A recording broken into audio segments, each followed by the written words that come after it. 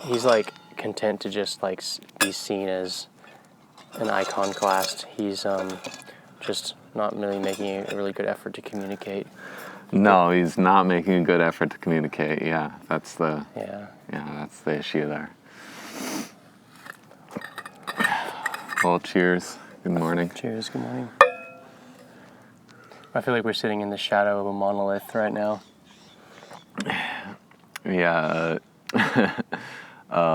Layer upon sedimentary layer of adolescent profanities.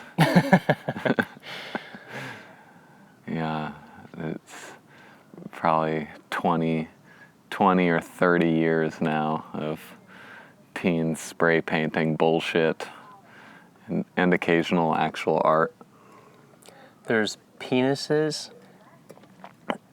I'm pretty sure that's a Bam Margera symbol. We have a pentagram. A pentagram. Jade will be happy to know that there's a giant fuck Jade. What? On this side.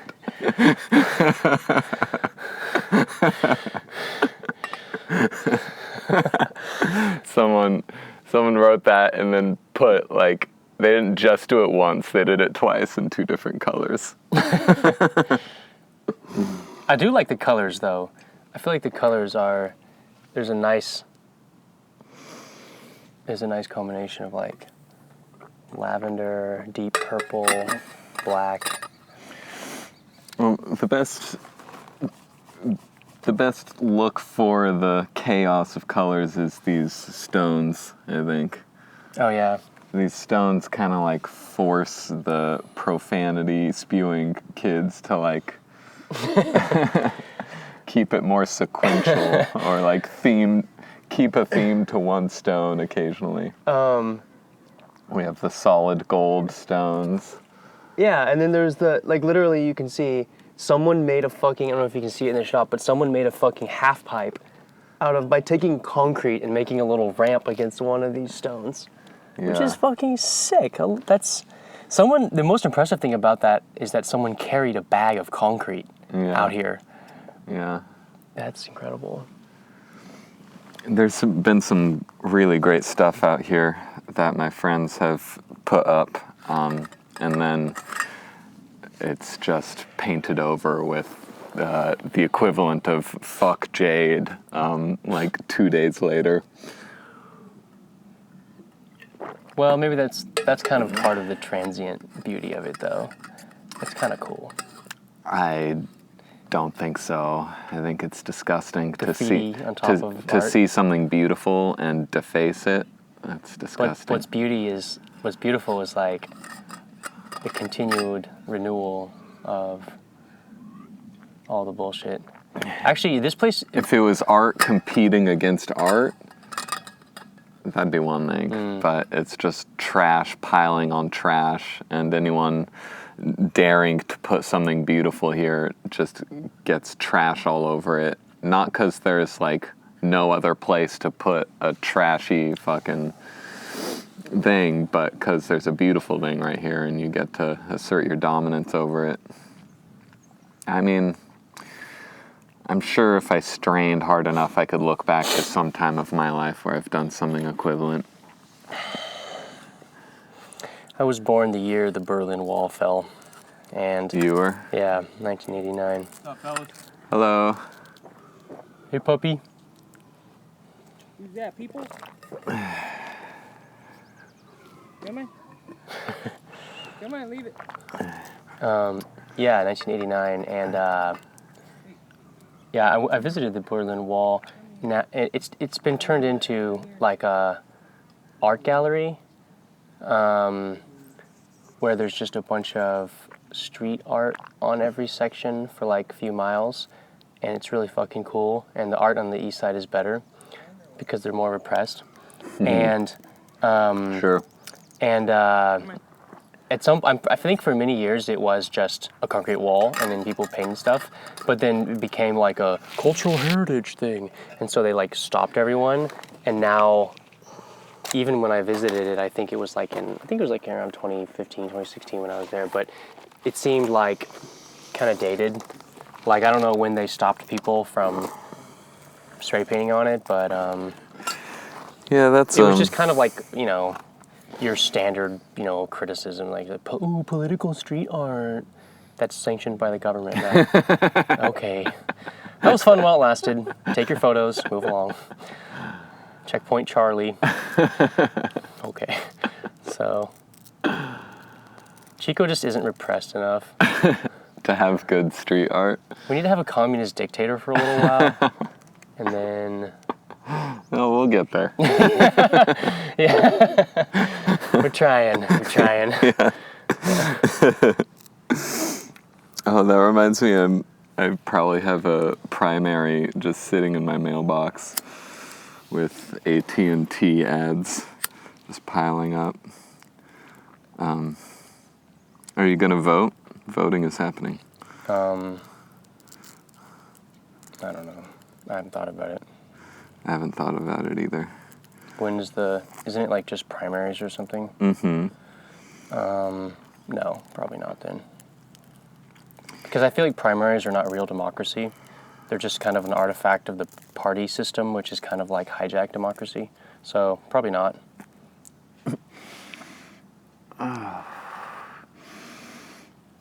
Okay, do you want to talk about me with video games or Alan Watts? Let's do the video games. Let's jump into it. This guy, Jonathan Blow, has made a couple indie games now. Wait, Jonathan Blow? Mm-hmm. I thought Jonathan Blow was a columnist for the New York Times. Oh, no, never mind. That's a different Blow. Jonathan Blow. J Blow. Made Braid back in the 360 days. Okay. Braid was huge. It was The 360? Xbox 360. Oh, gotcha. Okay, all right. So like the Halo 3 days. Yes. That's the language I understand. That was the last language I spoke. So maybe you're familiar with the indie game scene, like primarily on Steam. No. Okay. Not at all. I'm a total imbecile when it comes to the video game verse. Braid was a popular indie game that was made by a very small amount of people for a very small amount of money and had a critical mass of novel ideas and layers of ideas stacked on layers of ideas that integrated. In other words, it was a good game. Yeah. And it was in lo-fi, like Super Nintendo graphics, but the only like medium we had was you buy it on the Xbox like online store. So it was this combination of like throwback to platform games, but also like all these new ideas, and also the realization that people can just make games. The technology has democratized enough now that if you have an idea, you can just make a game. You don't have to get a job at Konami and hope that your good ideas get sifted through committee and make it onto the new Assassin's Creed. So Braid, the way Sierra Nevada was the first craft beer, Braid was the first indie Gotcha. Okay. game. So it was a pioneering And genre. It broke open what is now this huge market. And that was when? When was the date of that? 2009. Okay. 2009. Yeah. So he's only made one game since, called The Witness. And The Witness took him 7 years to make. And on the interview I was listening to this week, he did a loose napkin math of how many hours that must have been. And he came out to like conservative estimate 18,000 hours to build The Witness. So he's making his third game now and airing his grievances on this podcast about the absolute state of culture and the desert of ideas we're experiencing now, and that he can't seem to find traction with what he thinks games should be and with what the greater community agrees is good about games. And so there's just a lot of him complaining. But it's revealed that he sees games as art, and ideas as the unique thing about being human, is making new good ideas and integrating those ideas. And he was pointing out design flaws in games that were really checking me on the early brainstorming stages of game development I'm flirting with right now. He was showing me that I already have contradictions in my outlines. Oh. Basically because he was pointing out that story is fundamentally opposed to interactivity. Story is fundamental. Okay, because you have to allow the character to tell a bad story if they... The more story you have, the less freedom you have to interact with the thing. Yes, because the most interactive would be something like Minecraft, where there is no story. You're there to write the story. Yeah. So his strategy so far has been the medium is the message, McLuhan, the gameplay and what you physically do in the game, that's the artistic statement. The story is like very small in comparison to the experience of solving these puzzles, and then the puzzles iterate on themselves and you have to apply what you learned in the last puzzle. And then like in the late puzzles, presumably, I still need to play both these games now that I respect him more. Presumably you have to like really come to a gestalt understanding of like the whole concept and family of concepts if you're going to solve the late game puzzles. And he's contrasting that to what AAA games do, which is have these huge cinematic cutscenes with these close-ups of people's faces, using like cinematic lighting and cinematic shots to tell a story that is not cinema. And the lighting cues and the pacing cues of the edit make sense in a movie because the next shot is going to provide counterpoint. But in a game, you could go a half hour before the next scene. You could go an hour before the next scene, and things don't make sense. Things aren't integrated with the whole. The quote that brought it all together for me is from The Fountainhead, Ayn Rand, where one of the role models of our hero, one of the like grandpa daddies he looks up to, says that a building's form must follow from its function, and the ornament of the building must be an extension of the form, which is an expression of the building's function. A complete integration of the parts with the whole. Nothing can contradict itself if the building is to live. As opposed, so that was like in opposition to like brutalist architecture. That was just the form was the function of cost, and function was an afterthought. No, brutalist architecture can be a proper expression of this ideology. Because if a building is meant to be a factory, it should look like a factory. It shouldn't look like something beautiful. Like, it should find its beauty by accurately, like, providing a good, effective factory to work in. Yeah. A skyscraper should look tall. And the way Rand describes the skyscraper boom, or the architecture boom in New York in, like, the 10s and 20s and 30s, she describes describes architects building skyscrapers that apologized for their height. And the architectural problem, as she saw it, was architects were trying to make skyscrapers that looked like small cottages. And, Really? And In the 20s and 30s? Really? And the innovation was when people finally started going, no, the form should follow its function. A tall building should look fucking tall. Yeah. The vertical lines of glass should be accented. Yeah. I guess I think a lot of those, the golden age of skyscrapers was not particularly brutalist. I don't think brutalist came into vogue until the 60s and 70s. The brutalist is something that... Brutalist went one of two ways of like a way to just have a box with a top on it and go, it's modern, see? And no effort is required because actual artists in the brutalist genre have like taken away the need for ornament and for edifices and stuff. Yeah. And so for some people that was an excuse to make ugly buildings.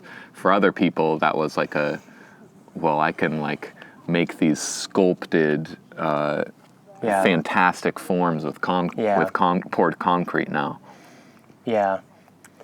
I guess that my understanding of brutalism is that it was a reaction. It was a kind of a reactionary, kind of like anti-classicalism thing, where there was like this political element of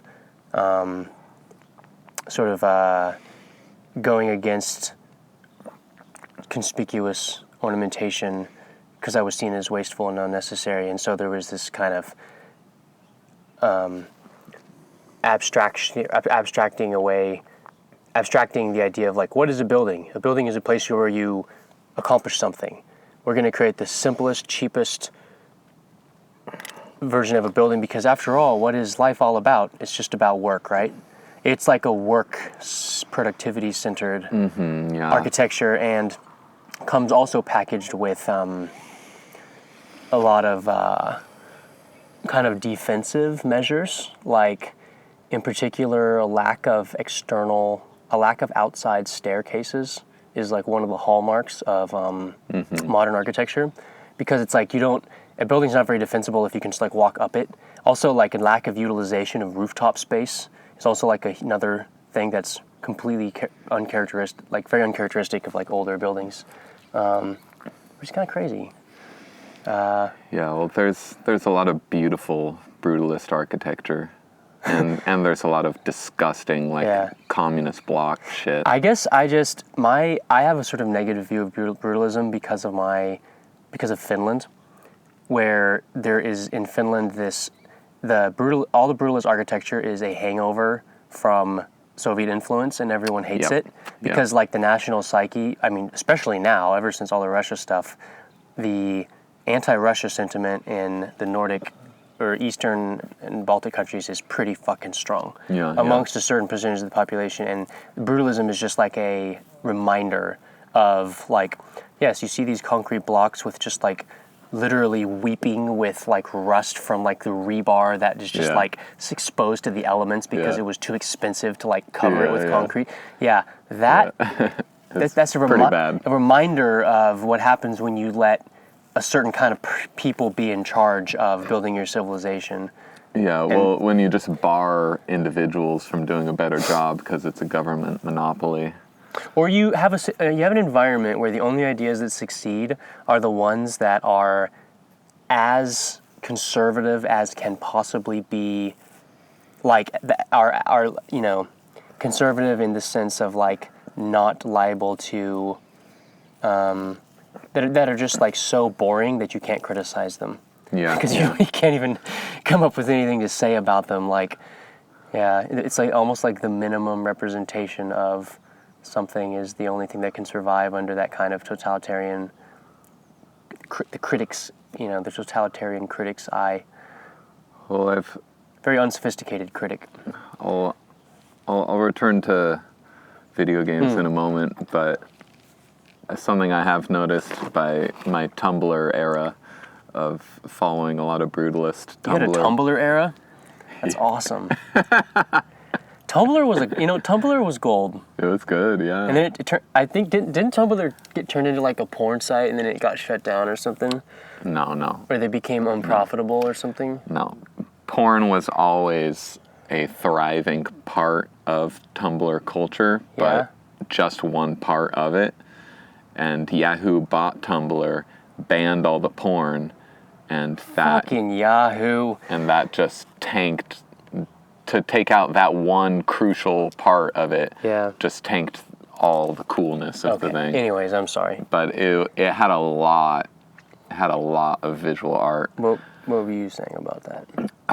All I was gonna say was that a lot of times the difference between a beautiful piece of brutalist architecture and a disgusting piece of brutalist architecture is how good the photographer is. Oh, interesting. 'Cause there's some really beautiful shots of just fucking grain silos. Yeah. I think I don't have much more to say about the games except that I realized that by iterating on a genre with the game I dream of making in my later years, I just want to make a definitive, lasting statement of what survival horror games should be. And I realized that survival horror has a basic flaw in it where it's a mansion, and it's a haunted mansion basically, and it's a maze of puzzles and mysteries and stuff, and there's monsters in it. But because there's monsters, you have to have guns. And because there's guns, there has to be bullets everywhere. And why the fuck are there guns and bullets in cupboards in a random mansion in a forest? This is the fatal flaw? It makes no sense story-wise. None of it makes any... I'm surprised that this is the obstacle. I thought you were going to say something like philosophically profound. It is philosophically profound. Well, what if it was an armory? It was an abandoned armory, okay? You're trapped in an abandoned armory. There you go. That's why there's guns in the cupboards.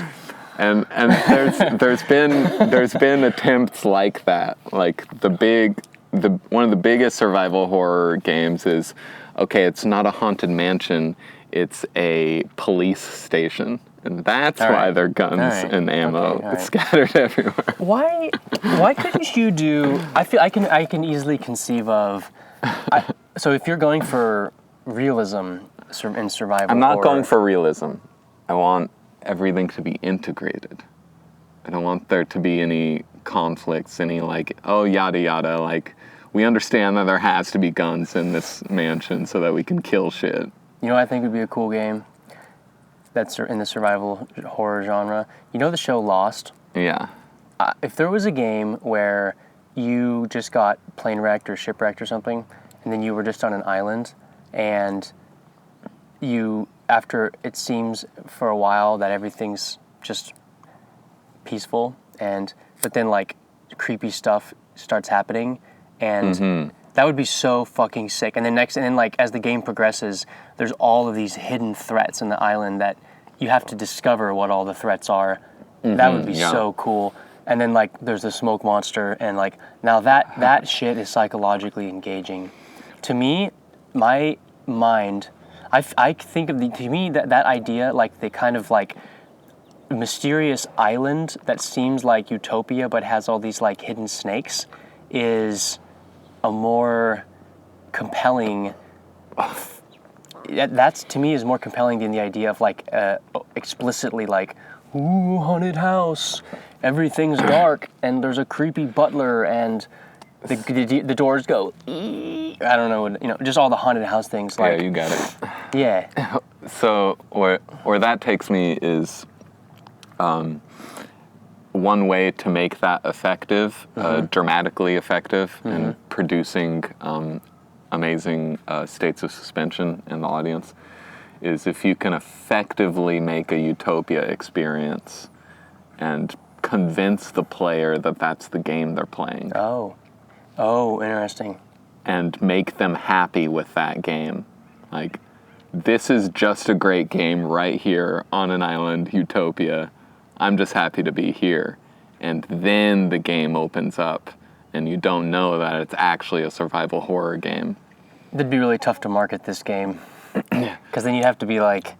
Of course, yeah. Of course, although... if you marketing is its own art, yeah. If you did it right, though, then you could create a little cult following where it's like, bro, just play this game. Trust me. We have precedent for that. Oh, yeah? At least with Cloverfield. That movie was completely dependent on the marketing. Wait, is Cloverfield the apocalyptic movie where everyone dies? Or am I thinking of something else? The Cloverfield is it's a found footage Godzilla. Yeah. That's right. But you didn't know what kind of movie it was, except I guess it probably showed in the previews that it was found footage, but that was it. And they just they successfully kept the entire plot under wraps. So they successfully created a marketing experience where everyone was going in blind. That's so... Yeah, and then when, like, the crazy shit happens where, like, aliens come, right?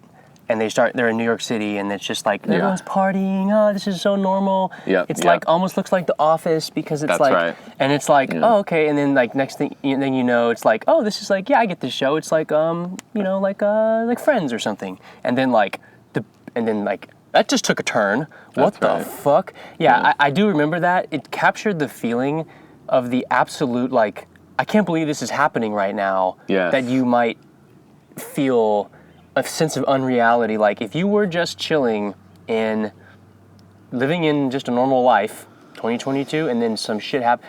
You know, for a second, that's how COVID felt. COVID felt like that for a second. How long did that second last? Like a week? Yeah, something like that. A few days. I don't know. There was a little moment where it was just like, wow, this is for real, huh? Kind of thing. Shit's gonna be different now, huh? Kind of thing. You know what I mean? But that Cloverfield was crazy because it sabotaged your intuition about, like, okay, so then they're gonna get together and they're gonna figure it out, and like, it's okay, we'll get through this, guys. No, they just pretty realistically everyone's just fucked. Yeah. That's why it's found footage, because they're all dead. Yeah. You know what would have been really cool is if the last scene of the movie was like in like an alien spaceship with like aliens editing together footage that they found through the fucking rubble. Because who edited this if everyone's dead, right? Yeah, that's a conflict, or that's a discrepancy. Yeah. Plot hole. Sure. That's what you call it.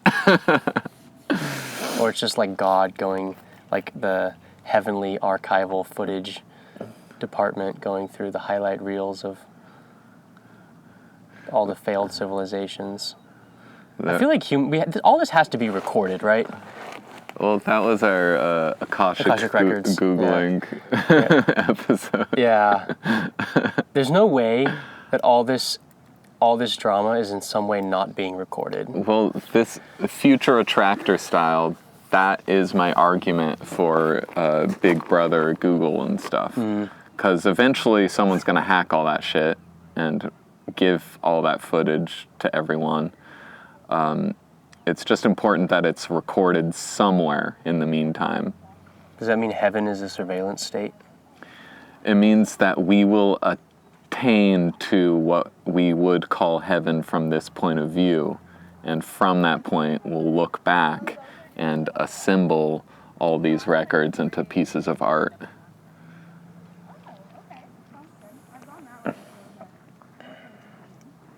Yeah, well, we're definitely assembling the past into art.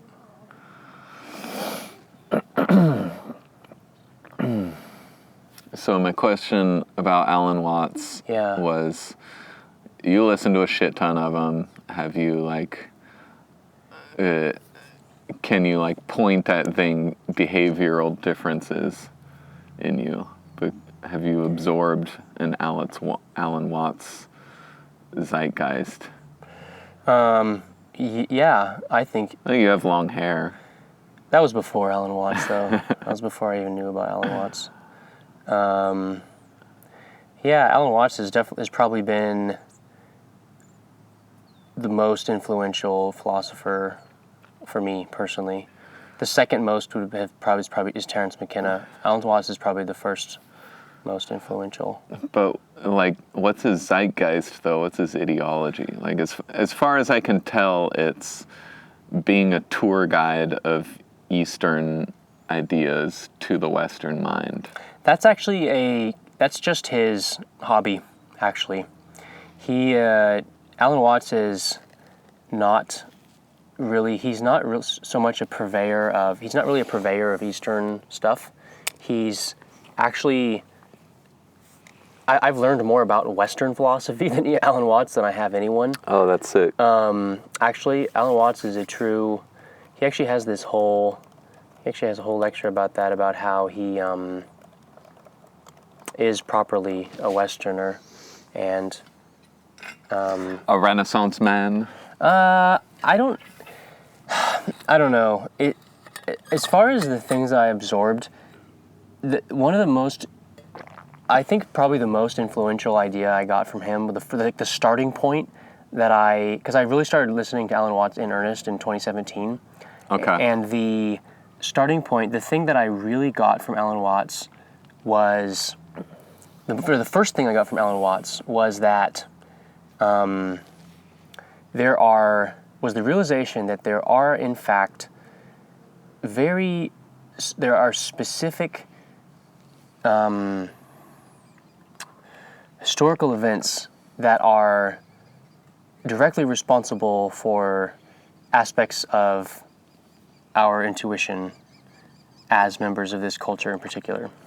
And that was actually kind of a revelation for me. There's specific historical events that have informed our subconscious yes, feeling intuition yes, in the present and moment. my intuition, because for instance, that's pretty Dune Frank Herbert-y. Well, too. and then like in the 19th century, Alan Watts has this thing where he goes through and he talks about how he kind of traces the recent history of Western thought, where he goes all the way. So the starting point is that in the Near East, ancient Near East, you had kings and monarchs, and you had this kind of large-scale agricultural civilizations that were ruled over by god kings, because that's the kind of society you get when you have agricultural civilization that creates vast stores of surplus. It's necessary to create guards around those storehouses of grain. So that's just a way of it's civilizations that have massive accumulations of capital in the past have been necessarily god king type civilizations. So just as a engineering feature to conserve the capital. Yes, to preserve it to create, and that's where you get like the Great Pyramids. You get things like Babylon, and you get the image of political authority as an old man with his back sitting in the throne room. And even the image of the throne room speaks to this basic political stability, or this strategy for political stability, because a throne room is designed specifically to be the most defensible position for a king to survive, to not be assassinated. Okay. So, because your back's to the wall, yeah, and everyone who comes before you has to literally lay down and put their hands out, and that's not just some ritual, it's to show that you don't have any weapons. Yeah. And you have all the guards kind of arrayed on the side. So the idea is that idea of the throne room, the authoritarian ruler, and like that kind of society is the basic political metaphor that we still have, and that we project into a metaphysical into the metaphysical sphere, and that's how we assume the universe works. If we think the universe is ruled like a kingdom, we think the universe is an authoritarian state. That's what, or at least a hierarchical state. That's to put a little bit softer, term on it. But that's and that was actually very interesting to realize that, because it's so not obvious that that's the case. Alan Watts has this. He cites two other major ways of looking at things. That in the Indian subcontinent, instead of a hierarchical view of the universe, they have a dramatic view of the universe, where you have Maya, and you have the idea that the Brahman is behind everything, but then you have these various masks of Brahman, which are individuals, and the universe is kind of a drama. And that has its own set of effects on how their society functions. And then there's the Chinese view, that's Chinese and Japanese, which is the idea that nature is fundamentally, it's not a kingdom, it's not a drama, it's in fact an organism, it's organic.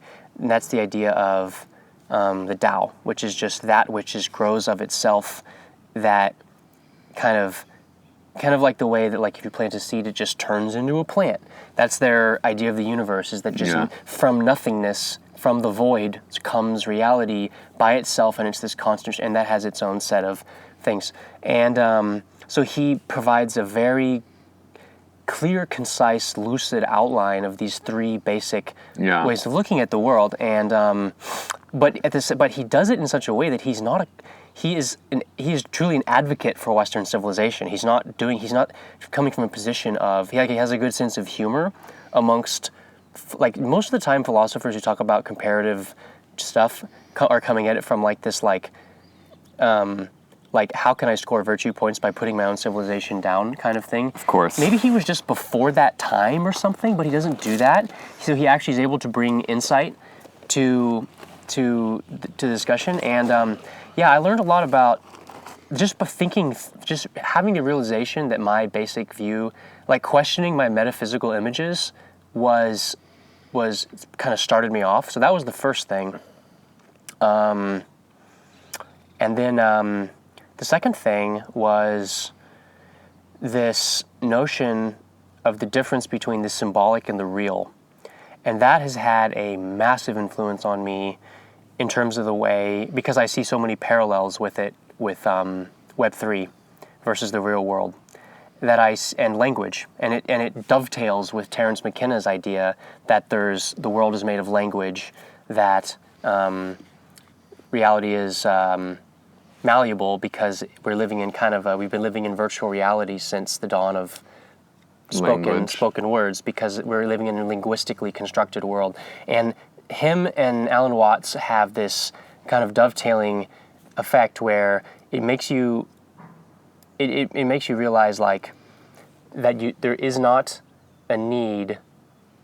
That I think Alan Watts has some quote that he says something like, man suffers, he might have been further quoting someone else, I don't remember where this is from originally, but it's like, man suffers under the illusion that that the whole universe is held up by his keeping track of it or something, and that if he were to just stop, that somehow everything would fall into ruin. And it's just not the case, that the world of reality is such an unspeakable thing that there really is no such thing as things, and there's no such thing as events. Things are like this rock. A rock is just an idea. There's molecules, there's some kind of molecules, and then there's air molecules, and then if you keep going, there's concrete molecules, and there's, the boundary of your body is just an idea that is, it's not that it's not real, it's not that it doesn't exist, it's that it exists in a subjective way. But that there is that objective reality is so primary that you don't have to have so much anxiety about things, because there is a fundamental kind of harmony to the world that is unassailable, because all of our problems are kind of created in this symbolic layer of, and most problems in the world come from mistaking.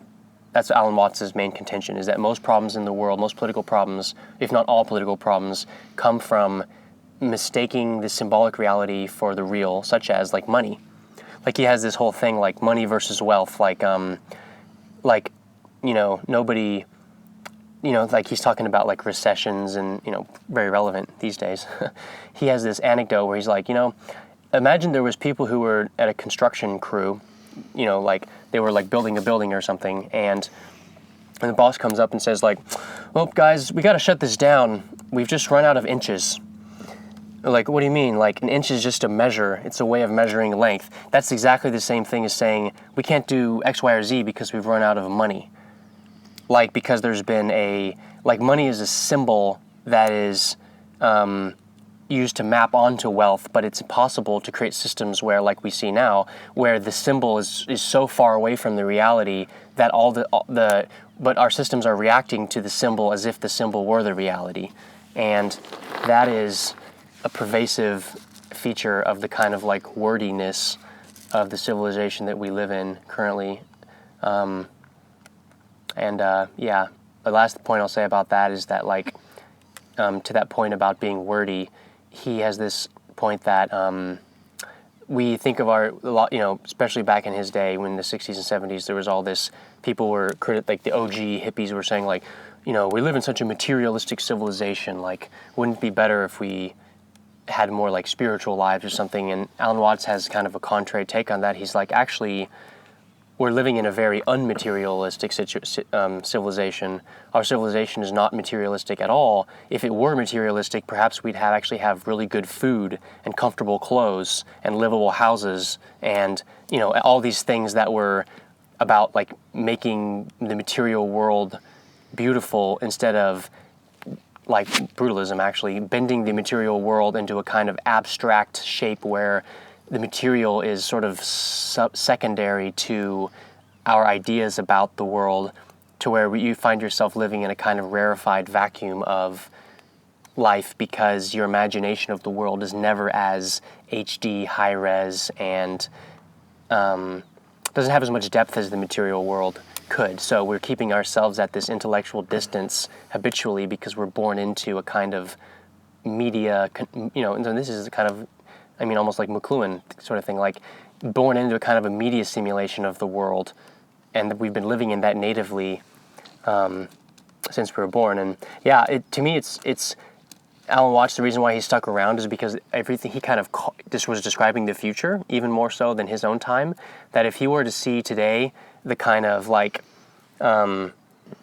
extent to which culture has been abstractified, and that now the financial system is becoming abstractified, and that like every aspect of our life is becoming more and more explicitly purely symbolic, I think he would have said like, yeah, obviously that's like, this is so on brand for Western civilization to do this, to where we just think our way away from life to such a distance that there's a feeling of like, this is where you get like back to the earth hippie kind of people who don't really know what happened. All they know is that they really like beats for some reason, and they want to get dirt under their fingernails. And it's almost like this, like, but that's an anti-intellectual rebellion against this extreme Westernism that we're in. Whereas Alan Watts kind of just takes it like courageously, like he just goes like, no, this is exactly what happened, and doesn't need to invoke any sort of like moral superiority games about how he doesn't have this purity trip that he's on. That is like the pitfall that most people who are reacting emotionally to this sort of like poverty that we've thought ourselves into usually take. So that's pretty much it in a nutshell. Well, it always, listening to him always seems like these overviews and these recapitulations of trying to understand how we've gotten here, but then I think it's a missed opportunity to not project values and goals and morals from that point. That's why it's not exciting to me. Like, Terrence is more exciting to me. I don't agree with a lot of the aspects of Terrence's utopianism, but it's much more exciting to listen to because it gives an aura of direction to all the historical ramblings and tours Terrence has, because he's trying to build a specific future that he thinks will be better for everyone. Yes. And that's where Alan Watts like doesn't capture as much of my imagination as he could. Is he doesn't come out and say, and this is what I want to have happen next. Yeah, Alan Watts he doesn't, the difference between him and Terence McKenna is that Alan Watts doesn't have a kind of like telos in his philosophy. Yeah, there's not an agenda. No. And I don't like that, number one. But what I was starting to say was I don't believe that. I think it's a lie for him to give off the impression that he has no agenda. I think everyone has an agenda. Well, no, Alan Watts does have an agenda. I think he sees the world as fundamentally an eternal renewal kind of game. I don't think that he's not on the kind of accelerationism, maximalism, singularity type Terence McKenna thought. He's more like this is eternity, and that basically the whole universe is just God playing games with himself. Well, maybe that is the flaw I'm pointing out as well. As man progresses by projecting limits, and his agenda then, according to what you just said, is to simply point out the world's eternal nature. Yeah. And then where does that put you? It puts you nowhere. No, I disagree. I think it's necessary because these two, that's why Alan Watts and Terence McKenna are like wine and cheese. Okay. They pair well because Terence McKenna is the kind of person if you listen to him too much, you're liable to turn into a schizophrenic because he's so he's just ratchet. And it's like in a good way, but he is ratchet. And he's like, but then so Alan Watts is like your grandpa that you go back to for counsel, who goes like, don't worry, everything's is okay, has always been okay, and is going to be okay. There's nothing you can do that will fuck up so bad that you'll fall from the grace of God or something. And then Terence McKenna's like, but that's boring. We gotta transcend reality. Well, we do have to transcend reality, but also you can't. You don't want to be so like Alan Watts is like. So Alan Watts is practical and useful because he's rubbing this balm into the existential terror.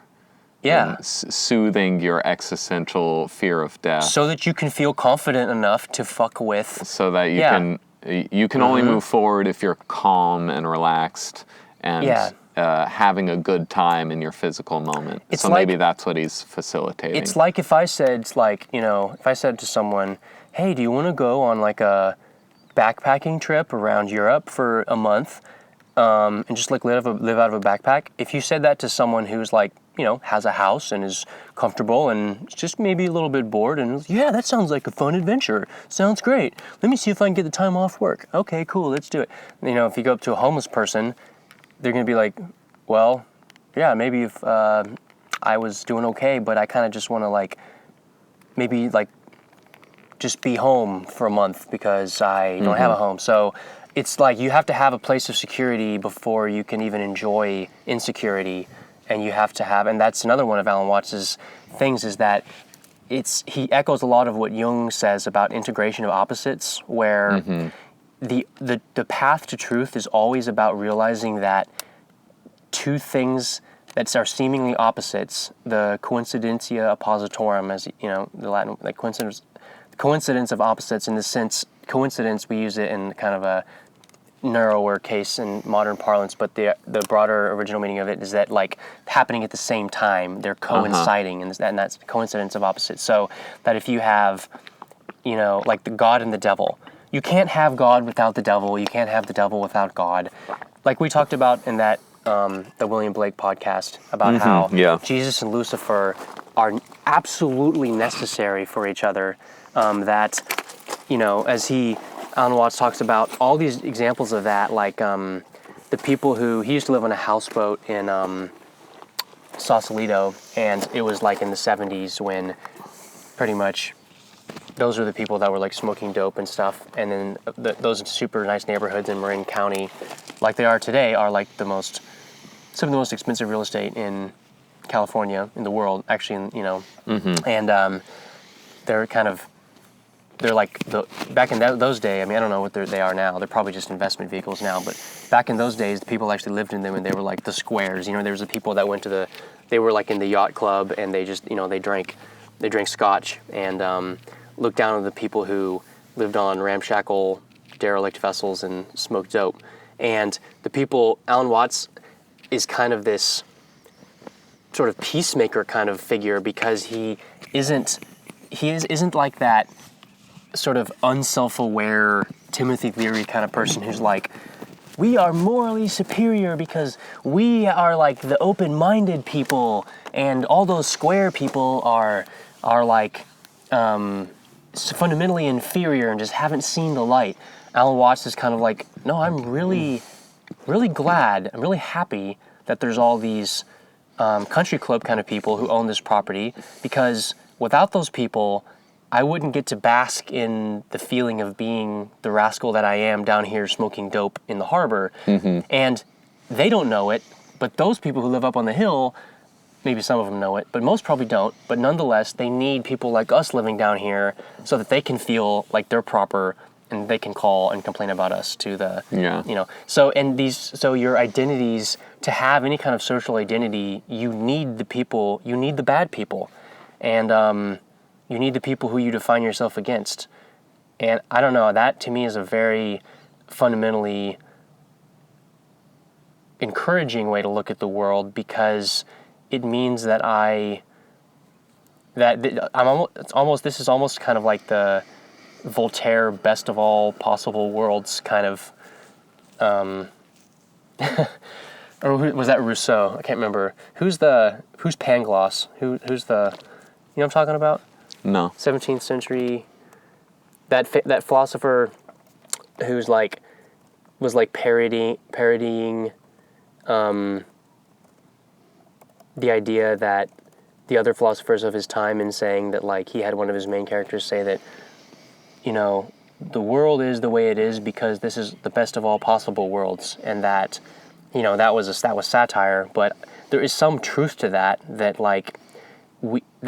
we don't have a big enough lens on reality to justifiably say that there's anything wrong with it on a fundamental level, because whether something is wrong with the world is kind of a function of your zoom level.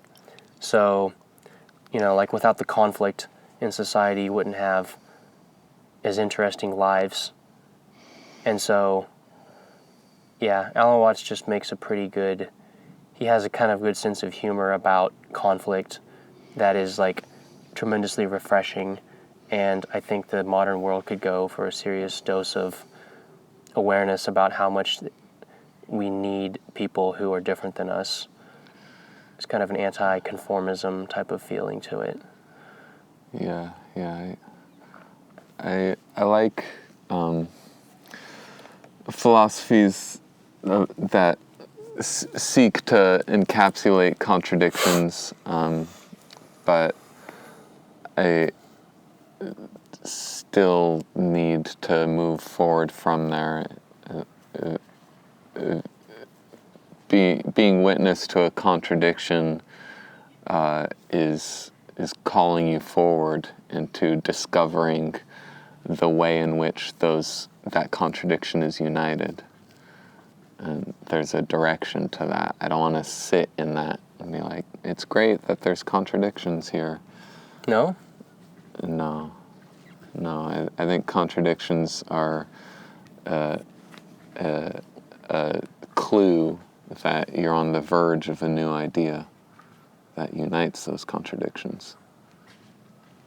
But don't you think it's nice to have contradictions around you that you tolerate, that you're not responsible for? To me, that feels more humane. That's a more humane way to live, that there's a bit of there's just a give and take with the world, and that I'm terrified of a reality where all problems are solved. I don't know what that would look like. I agree that diversity of peoples and diversity of strategies is great, and diversity of lifestyles is great, and the beauty of one offsets and dramatizes the completely different beauty of another. I'm on board with all that. But like glaring opposites that seem to like be one can't exist while the other exists. Like just taking an Alan Watts style step of like, well, they do exist together, and that's just kind of cool. That's it. They do exist. Deal with it. You can live in that world. It's a good world. But things that butt heads like that, they're trying to unite. They're trying to merge into a third new thing that hasn't been discovered yet, that hasn't been created yet, where those two opposing things are now in league with each other to help support this third, even more beautiful thing. I suppose Alan Watts would, from his perspective, what he would say is that those two opposing things always were in league with each other. They never were not in league with each other. But that precludes the human responsibility to create the way in which they're supportive of each other. Like, there's a risk of just like stopping and saying like there's no work to do here because everything is one.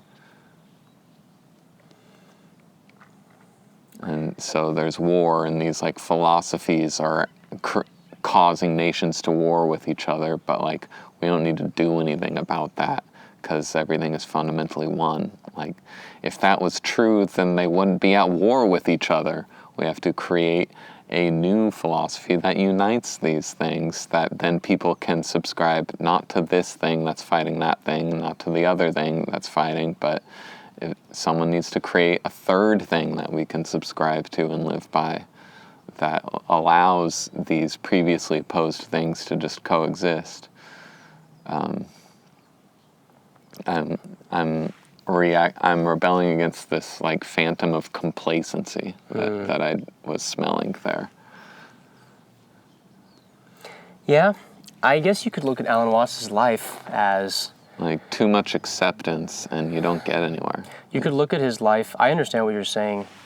I think you could look at his life, and his life has a lot more activity and had a massively outsized impact, and he influenced the world by orders of magnitude more than the average person, and it's had a massive impact. So evidently, that philosophy of life did not limit him in his ability to affect the future. Sure. But, of course, there is a risk that people, I'm sure there are many people who can listen to it that way and just go, yeah, I guess everything is fine, and kind of, you know, maybe those people need to listen to Terrence McKenna or people like him, or someone who channels, who brings to the table this kind of like dissatisfaction. Yeah. There's a really funny clip of, if you go on YouTube and you search Bob Ross hates you, and you click on the first video. This video is like, it's been on YouTube for a while. It's like I think it's like 8-9 years old, but it's like a 4-second clip, and it's just a little clip of one of Bob Ross's painting videos, and he just like, the clip starts and he looks at the camera and he goes, I hope that you are plagued with dissatisfaction your entire life. And then the clip ends. And it's like, Bob Ross, why you want me to be dissatisfied? And you're like, okay, why does it, you know? And you're like, oh, is this deep fake? You're like, no, it's real Bob Ross. But you look at the larger, and then you Google some more, and you look at the larger context of what he said, and it's like, he goes like, it's something about like, to be always improving as an artist, you're never satisfied. You're like, it can be a little bit better every time. And you just keep getting better. So he was like blessing you. Yeah, exactly. He was saying like, if you're struggling, like, I hope that means you're learning, or some fucking, something like that. Yeah. But like when you take it out of context, it's fucking great. But there's a little bit of grain of truth in that, where like, and actually that was really comforting for me to hear, because that's something I've independently sort of thought about, and I sort of accept into my narrative, is that I know I'll never be satisfied. I never have been satisfied. I never will be really fully satisfied, and I'm totally okay with that. And I accept it, because I realize it's necessary to, like, I just don't know. I just don't think, like, what's the point of, like. Well, I'd rather personally be awake than satisfied. Yeah. And I want to be awake in more and more and more and more spheres of my day. Yeah. Which is, like, dissatisfaction isn't the word I use for it, but I want to be making every single activity a little better every time I return to it. So, you have to project. You have to keep projecting and creating new ideals of, like, well, what's the ultimate way to do this mundane activity such that the way I'm doing it right now is now fundamentally unsatisfying. Yeah. Yeah. Yeah. I mean, if you think about dissatisfaction is basically suffering, low grade, small. Let's just for the purpose of this argument say that dissatisfaction is an experience of uncomfortableness, and that, okay, so taking the idea that the antidote to suffering is meaning, John Frankl, blah, blah, blah, whatever, that whole idea, then, you say, okay, well, so hopefully we're getting some meaning out of this dissatisfaction to offset it and to make it worth it. And of course you are. It leads you to create things, and it gives you the impetus to create things. But the way, the good, like, what makes this fundamentally okay, and not just like this eternal zero-sum kind of trade-off, is that meaning is cumulative, whereas dissatisfaction is just a feeling that you can get used to, and it tops out. And it limits out, and you just become stronger, and you become so used to it, it's normal. And yet, you can still have someone like who has accomplished a massive amount in their life, and they have all this meaning, which is like this thing that, on some level, there's the dissatisfaction and the meaning are kind of opposites, but ultimately, in the long game, the positive is winning. Because otherwise, like, where the fuck does all this come from? Look, there's been a lot of dissatisfaction and struggling for a long time, just on Earth even. But we have nice things now because of it. So yeah, we do. Fucking look at this fucking pine cone that we used to prop up this little camera stand. What the fuck? This is like a miracle that this exists. In the terms of the universe, this is like a complex structure that includes, like, I don't know how many terabytes of DNA. Like, it's just an insanely complex alien machinery, and we're just like, using it as like a fucking thing to prop up.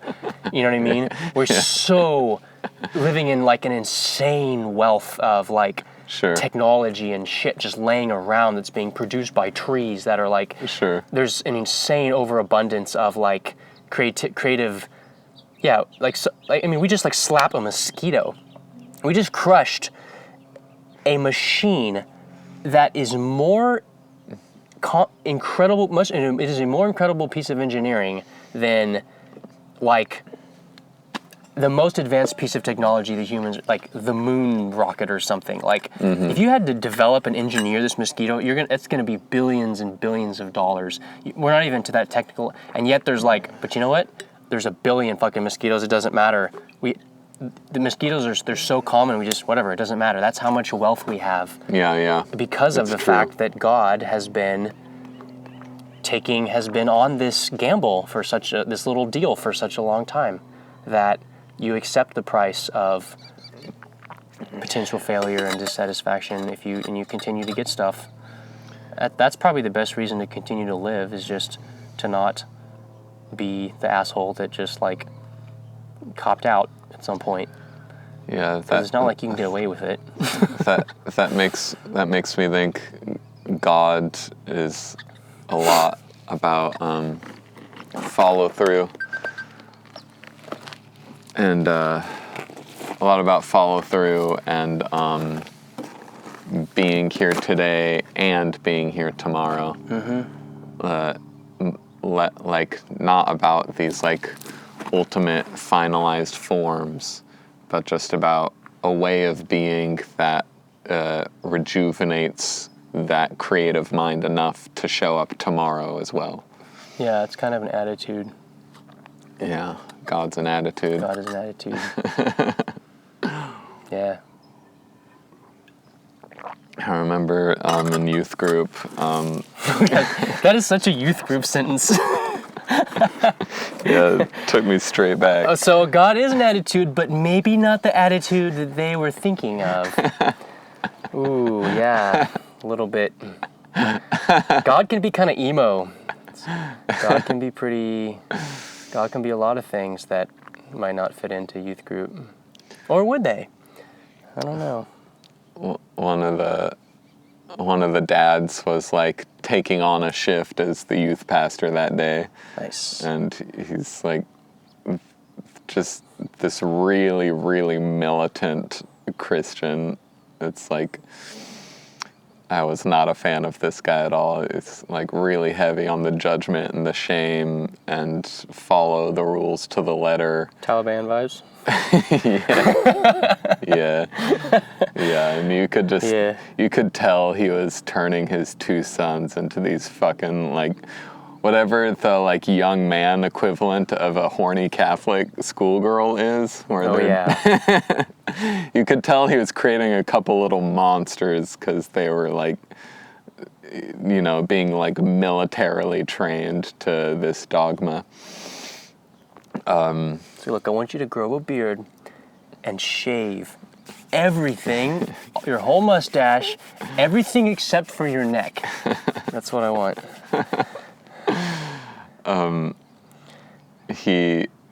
But his line this day that I remember, like in a specific like drawing room in the church, he was telling you that, okay, you've all accepted Jesus into your heart, but think about that. That means he's in your heart. You don't get to take your heart out and put your heart on a shelf so you can go do a bad thing. Like if you do a bad thing, he's there with you doing that bad thing, and he's watching you, you know, just to get that shame in there. But also presumably, you know, well-meaning, trying to give you moral principles of accountability and stuff. Oh God, accountability. I think accountability is toxic. Accountability is just a way of not taking responsibility for your own decisions, in my opinion. I hate that it's become something that's seen as a good thing. Like, accountability is like training wheels. Accountability is like when you're like a 3-year-old kid and you literally don't know if you're being a complete asshat because no one ever taught you. So you need your parents to be like, that's a bad thing to do. And you're, oh, okay, great, thank you for telling me. But if you're like an adult, accountability is saying that like, can someone else keep track of my decisions, please? Like, no, because literally there's not like, because like where are those people? Like those people have to keep track of their own decisions. If everyone did this little shifty game where like, look, I'll make sure that you're being a good guy, and if you make sure that I'm being a good guy, and let's just not think about this too much. That's just like extra. There's just extra steps. Removing the locus of control from the locus of responsibility is never a good idea. Well, I was going the opposite way from that. That the thinking about that book of judgment is a good thing. Like attitudes that inspire you to apply higher and higher standards to your own behavior. That's a good thing. It is a game one plays with oneself, like projecting your rules of what to be accountable for on other people gets squirrely faster. But I do like that basic attitude that he was pointing to, that Jesus is in your heart. Everything you're doing like leaves a mark. Being mindless about all your behaviors as if like you can get away with things is the wrong attitude, and you don't grow as much.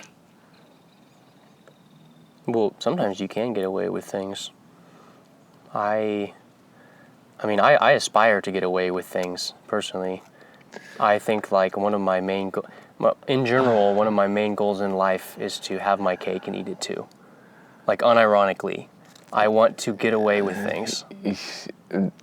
You don't want to get away about going against your own moral standards.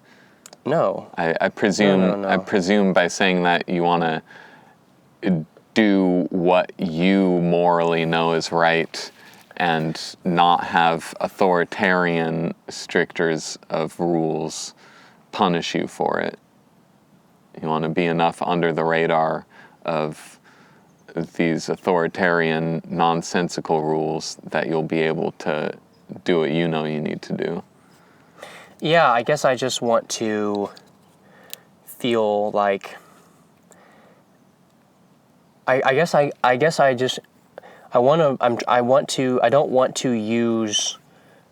don't want to think about why I should or shouldn't do something. That's my point. I don't want to subject my motivations to analysis, because I think that is just at best neutral. That it's not going to actually help you, because like if I know for an absolute fact that I'm not an evil person. There's no malice in me. I don't want to harm. You know what I mean? Like I've taken this. I know I'm capable of doing. I know I'm capable of hurting people. I know I'm I know that like in given the circumstances, I could be a Nazi or a terrorist or a murderer or all these things. I know I'm capable of that, but I don't think, Nazis or murderers or terrorists are, as a rule, evil people. I think things happen to them in their life that made them that their act. It's trauma that's so deeply repressed it has power over them, and hurt people that whole thing. But like, as far as I'm not someone who's extremely wounded. I feel quite whole, and I know that given free reign of motivation, then I'll just I might make mistakes, but it'll be for the right reasons. So because I think that if you don't have this attitude if you don't trust yourself, you won't. It's like you're afraid of attaining power, because then you don't know what you'll do with it. And I just don't want to have an attitude in me that makes me worried about what I would do given means. Well, you're implying one level of applying analysis to your goals and your objectives and stuff, which is like, is this bad? Am I doing a bad thing? Am I serving evil ends? And yeah, that's the error of going to a psychologist, asking them to tell you what's wrong with you. Yeah. You're gonna get answers. Yeah. And you can just keep asking what's wrong with you ad infinitum and keep finding new things that are wrong with you because of the nature of the starting question. Yeah. I agree that that's bootless, but it shouldn't. But more consciousness is good. More awareness of the scripts you're running and the reason for making those scripts in the first place is a good thing, because every new set of script for your motivations that you become consciously aware of, you get to iterate on and make that script accomplish your objectives more efficiently than before. Yeah, that's a good attitude. Like the idea that if I approach so maybe it's better to say then that I don't want to subject my motivations to a moral evaluation. I'm curious about what they are, but the reason I'm curious about what they are is because I want to figure out what they are so that I can actualize them. But that's a moral journey, I would say. Why? How's that a moral journey? Morality is knowing that there's a good path and a less good path, and doing the work necessary to make it a good path, to make that choice. That's moral. But what if? Okay, so create your healthy animal instinct to go where your joy leads you and create programming and seek better ways to instantiate your ideas. That's a moral journey.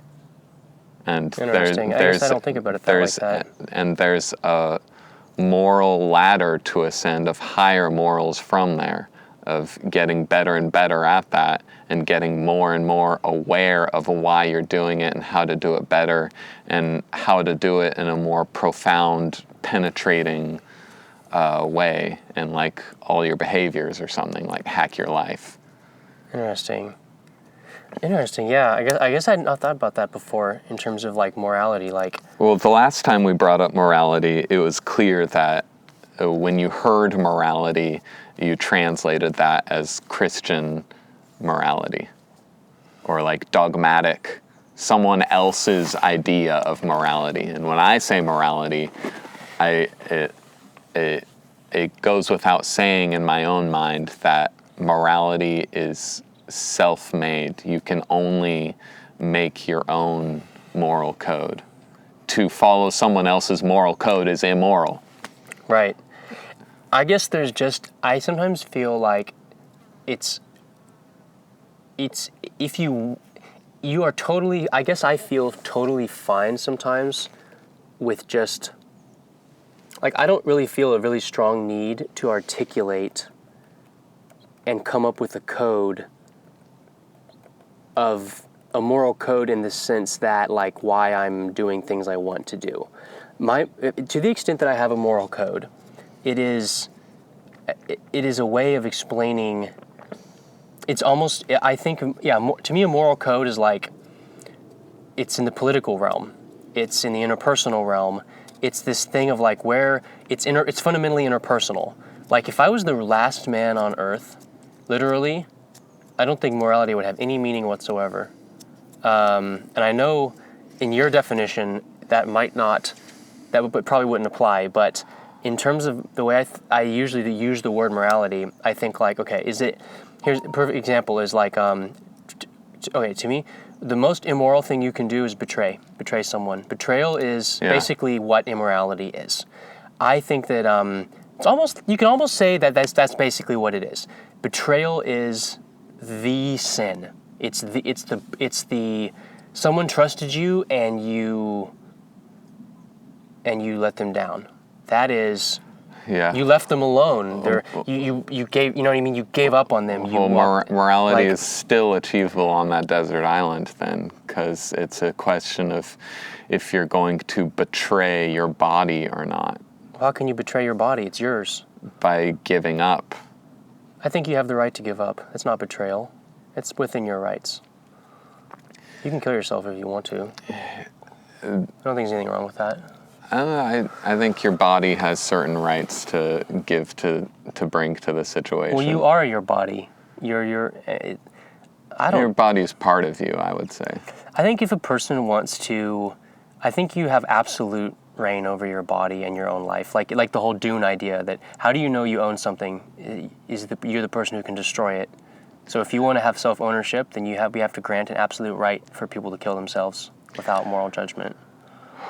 Well, I still think that morality exists in solitude by yourself on a desert island. Morality is still there. To say that it ceases at that point is to say that you don't exist and that you don't matter. and you do matter. Independent of the world and the cosmos and other people, you are fundamentally valid as yourself. Yes, I agree with that, but I think that comes before any ideas about morality, and that But it produces the reality of morality. Yes, it produces morality, not the other way around. Yeah. In the sense that if you, the idea, the objective reality that you are a human who has value, does not need anyone to even know what the word morality. Never heard. We don't have to talk about morality for there to be morality. We don't have to, or what we're talking about when we're using morality to point at it. I guess I take it so for granted that I'm not really worried about it. Well, it's an exciting subject to me because the culture-given view of morality is of a stable, stationary thing that's a given, and people can only really point at it with cliches or religious dogma. Yeah. But it definitely seems to always stay the same. And what I'm experiencing and discovering in my own philosophy is, no, morality is a stairway to heaven, and you achieve it by right acting. You achieve higher and higher and higher morality. That's an achievement of value fulfillment that is literally unending.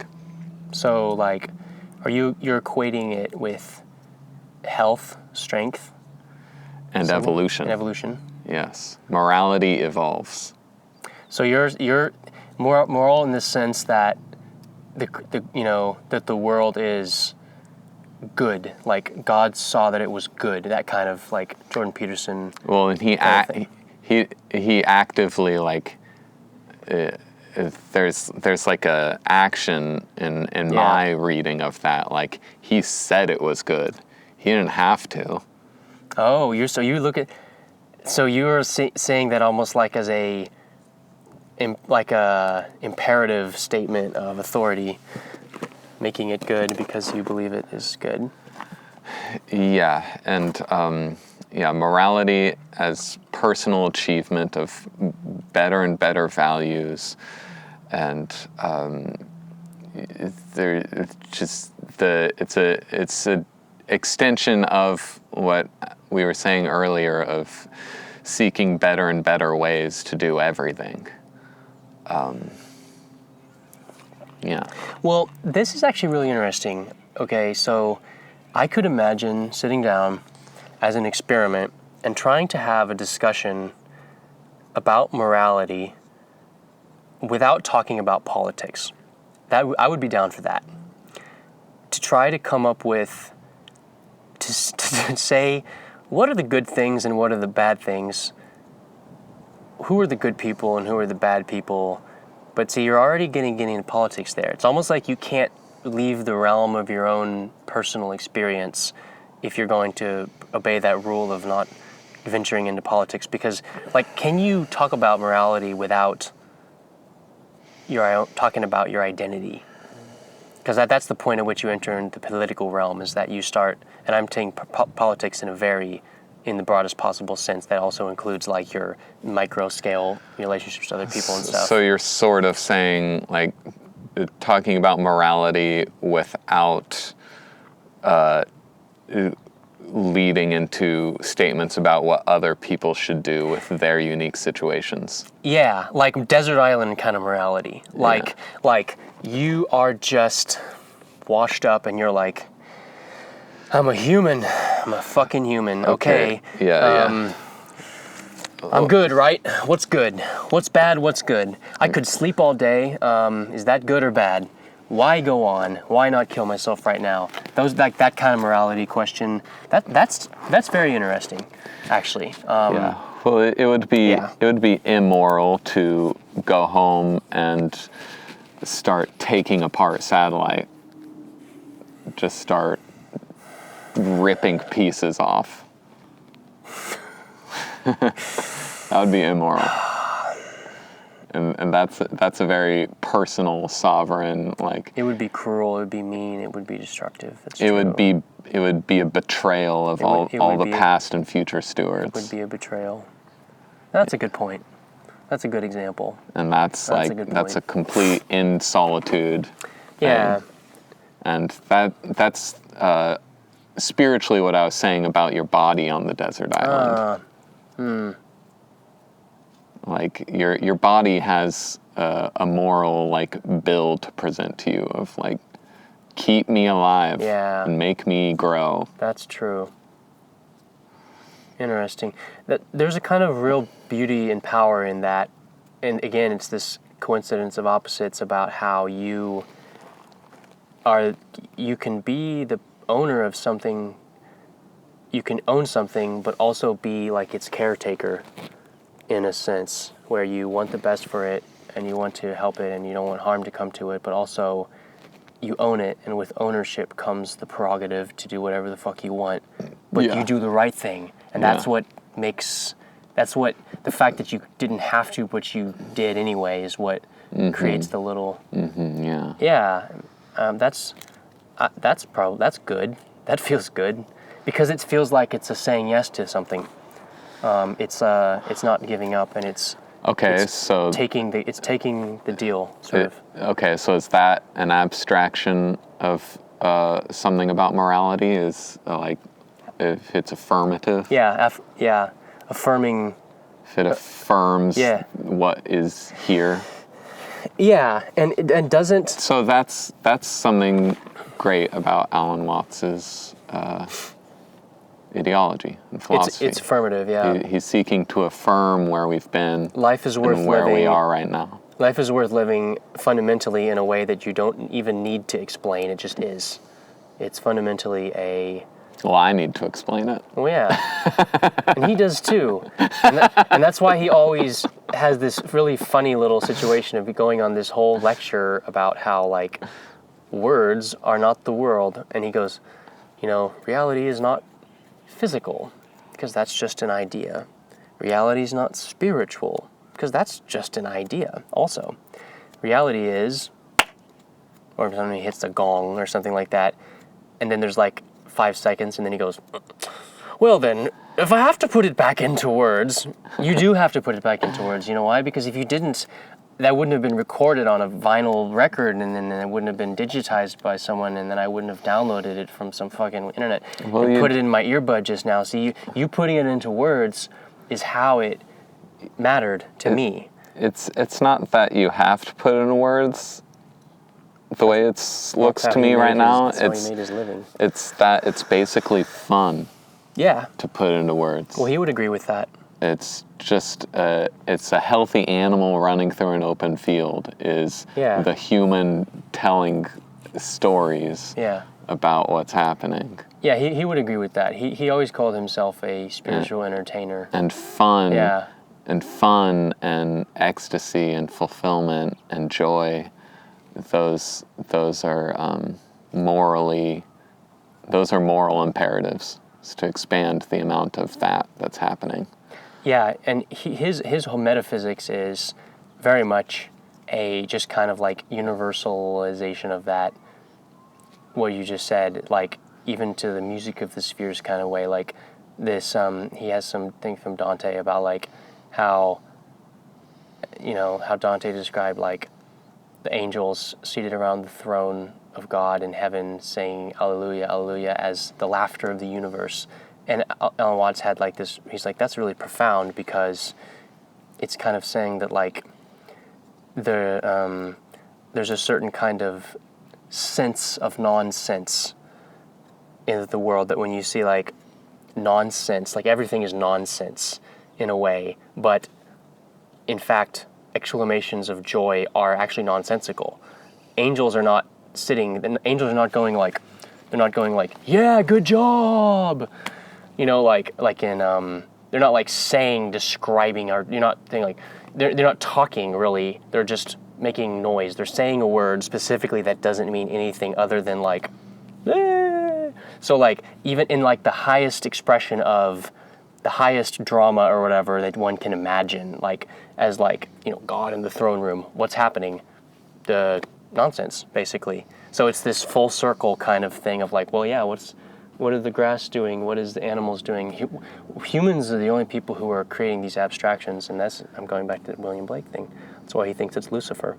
That thought in the mind and judging things is like fundamentally taken away from the glory of things, but at the same time, it's necessary because we wouldn't really, we're making this podcast, we wouldn't appreciate shit if we weren't engaged in the Luciferian struggle to articulate and control reality and change it. Yeah, I think I disagree. I think reality takes joy in our harnessing of it and our control of it. Well, we certainly do. I think Otherwise, we wouldn't be doing it. I think the materials like it as well. This iPhone likes to be. Yeah. This likes to be recording this conversation. And the copper that's making the phone case likes that it's being used and enjoyed and not just left in the earth unseen, unappreciated. I think about that sometimes when I'm chopping an onion. Sometimes I'm like chopping things up. I go like, I'm just like destroying a lot. Like this onion was trying to become another onion, like the onions before it, back into time immemorial. But maybe on some level, if this onion knew that now its molecules get to be part of like my body, I could do something more profound than be an onion again. Well, it does know that because the reason it's become such a prolific plant and grown so big is by its ability to get chopped up and eaten. Yeah, this is some Michael Pollan Botany of Desire shit. That's right. That's true. That's good. Okay, this is my last thing, Yeah. I think. But I think when the angels are around the table saying Alleluia, I think that's so much concentrated sense making that we're under the illusion that if we stop worrying about the world, it'll fall apart, and that's not true. That's not true because the angels are busy recreating the world every single moment with the hyper-intelligent way in which they say Alleluia, every single moment, every single syllable of enunciating the word is addressing all these minute imbalances in the cosmic winds and stuff, because they're something cooler than a human, so they're smarter and have more control over things, and it's a basic effort of joy. They love doing it, but I project it as a supreme creative effort that's incredibly challenging as well. So you're saying someone's DJing this shit. Someone's DJing at the limit of their abilities. Yeah. Yeah. Yeah.